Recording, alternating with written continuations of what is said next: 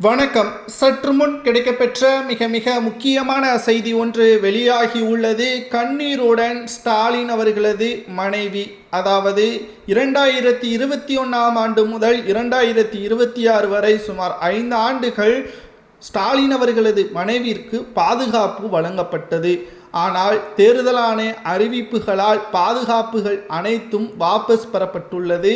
அரசு ஊழியர்களோ அரசு அதிகாரிகளோ ஸ்டாலின் அவர்களது பேச்சை கேட்கக்கூடாது. அன்றாட நிர்வாக பொறுப்புகளை மட்டும்தான் ஸ்டாலின் அவர்கள் மேற்கொள்ள வேண்டும். அவரது அரசு வாகனம், அரசு அலுவலகங்கள், அரசு இல்லம் அனைத்தையுமே திரும்ப பெற்றுள்ளது. கிட்டத்தட்ட 5 ஆண்டுகள் கெத்தாக வாழ்ந்த ஸ்டாலின் அவர்களது மனைவி துர்கா ஸ்டாலின் அவர்கள் தற்பொழுது கண்ணீருடன் இருக்கிறார். ஏனென்றால் அவர் செல்லும் இடமெல்லாம் பாதுகாப்புகள், துப்பாக்கி என்ற போலீஸ்கள் அவருடன் சூழ்ந்து கொண்டிருப்பார்கள். ஆனால் இப்பொழுது அவர் எங்கு சென்றாலும் தனியாகத்தான் செல்கிறார். குறிப்பாக தனியாக செல்வது மட்டுமல்ல, 2 பாடி கார்ட்ஸ், அதாவது தனியாராக ஏற்படப்பட்ட 2 பாதுகாப்பு அதிகாரிகள் தான் அவருடன் செல்கிறார்கள். அரசு சார்ந்த எந்த ஒரு அதிகாரிகளும் துர்கா ஸ்டாலின் அவர்களுடன் செல்லவில்லை.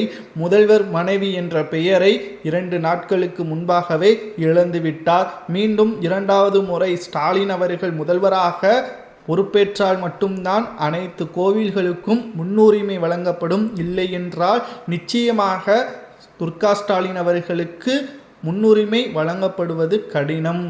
அது மட்டுமல்ல, கிட்டத்தட்ட முதல்வர் மனைவி என்ற நோக்கத்தோடு எங்கு சென்றாலும் அமைச்சர்களை தனது கட்டுப்பாட்டில் வைத்து தனக்கு தேவையான நபர்களுக்கு உதவிகளை செய்யக்கூடிய வகையில் துர்கா ஸ்டாலின் அவர்கள் அதிகாரங்களை பயன்படுத்தினார் என்ற குற்றச்சாட்டுகளையும் சவுக்கு சங்கர் அவர்கள் வெளியிட்டிருந்தார்.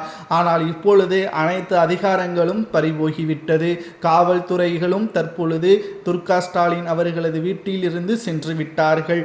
மேலும் எந்த ஒரு பாதுகாப்பும் இல்லாத காரணத்தினால் அவருடன் பழகிய தோழிகள் 5 ஆண்டுகள் முடிந்த பிறகு பழைய நிலைமைக்கு வந்துவிட்டாயா என்று அவரை கேலி கிண்டல் செய்ததாகவும் தற்பொழுது சமூக வலைதளங்களில் நம்மால் பார்க்க முடிகிறது.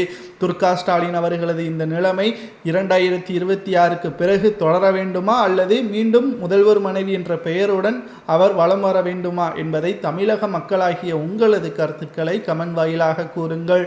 பதவி ஏற்கும் பொழுது கண்ணீருடன் தனது கணவருக்கு அன்பாக பாசமாக முதல் வரிசையில் இருந்து கண்ணீர் சிந்தினார் துர்கா ஸ்டாலின் அவர்கள். பதவி பறிக்கப்படும் பொழுது கண்ணீர் சிந்துவாரா? தமிழக மக்கள் மட்டும்தான் 5 ஆண்டுகளில் கண்ணீர் சிந்தினார்கள் என்றும் குறிப்பிடத்தக்கது. இதை பற்றி உங்களது கருத்துக்களை கமெண்டில் கூறுங்கள்.